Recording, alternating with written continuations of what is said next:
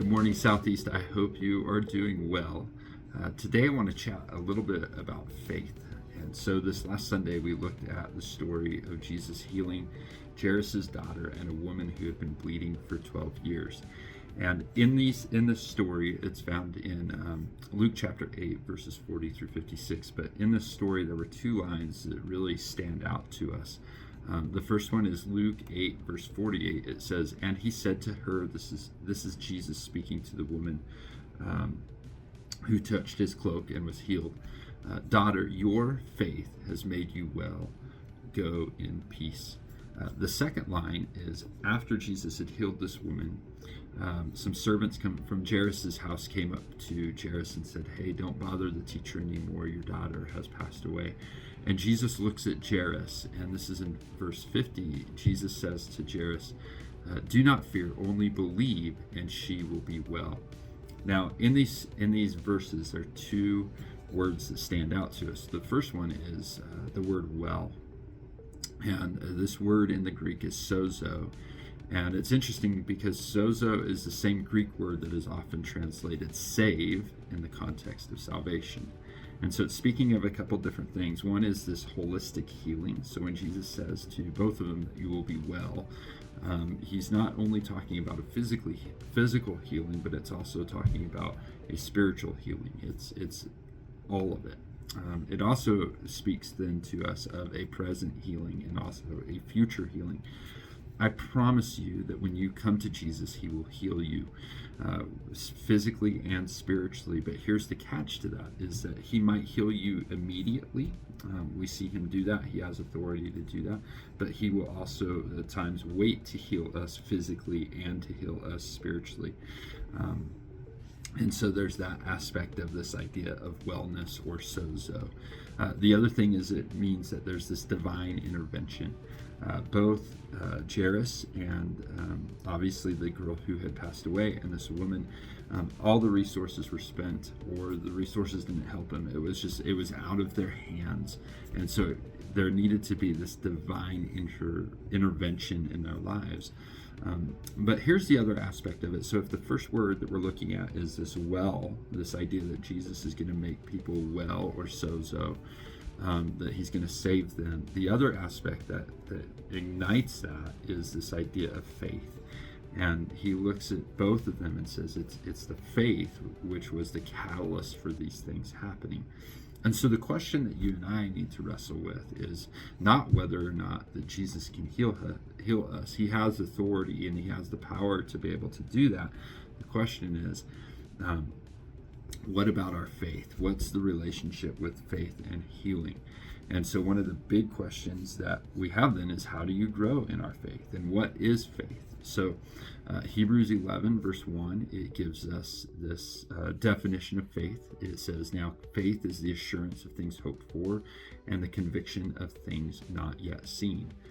Some people have summarized that as a confident expectation. And for us as believers, as Christians, and I know that there are some of you that are not watching, that are watching this that aren't Christians and aren't believers. But for us, it's not that we just have faith, it's that we have faith in a person, and that person is Jesus. And so we have a confident expectation that Jesus will heal us, that he will make us well, that he will save us, or sozo. And that word faith then for us, it's the Greek word pistis.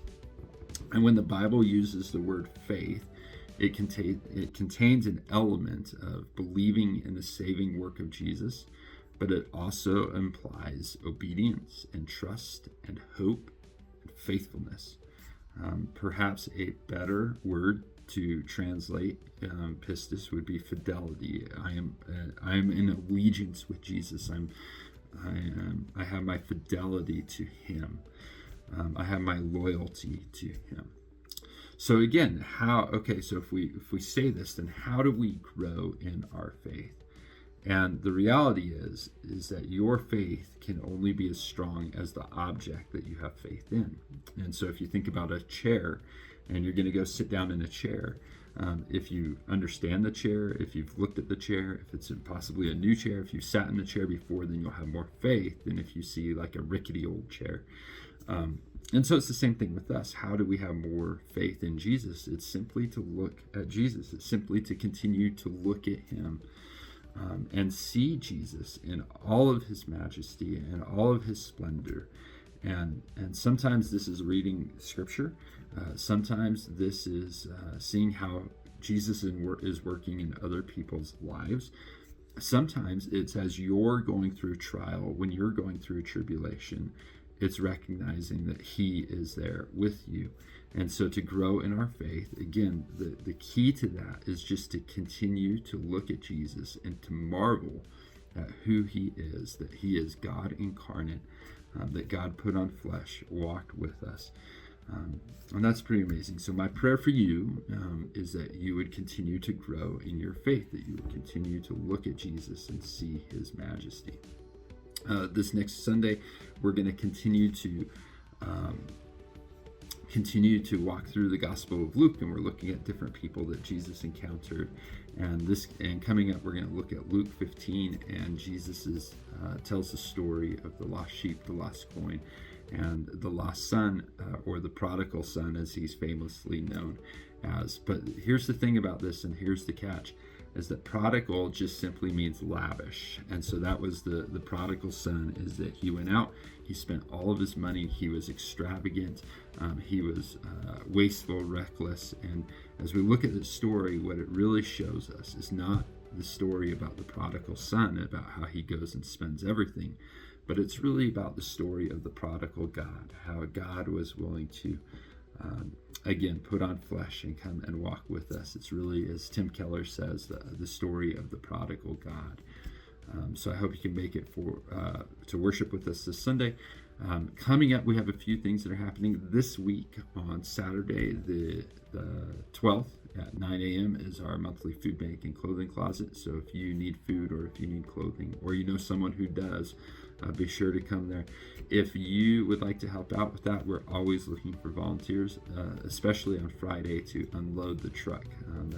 That's a hard time for us to get volunteers, and so we would love your help in that moment. And usually that's around 3, but you can contact Betty for that. Also coming up, not this Sunday, but the next Sunday is Easter. And so before Sunday, on Thursday, we have our Maundy Thursday service. It's at 7 p.m. On the 17th. Hope you can join us for that. And then, of course, we have, as I grab this, we have Easter coming up on the 20th. Worship service is at 10:30 a.m. And then also we have a breakfast at 9:30 a.m. So I hope you can join us for Easter. It's going to be a great time as we celebrate the death, the burial, and the resurrection of Jesus. Southeast, I love you. I hope you have a wonderful week, and God bless you.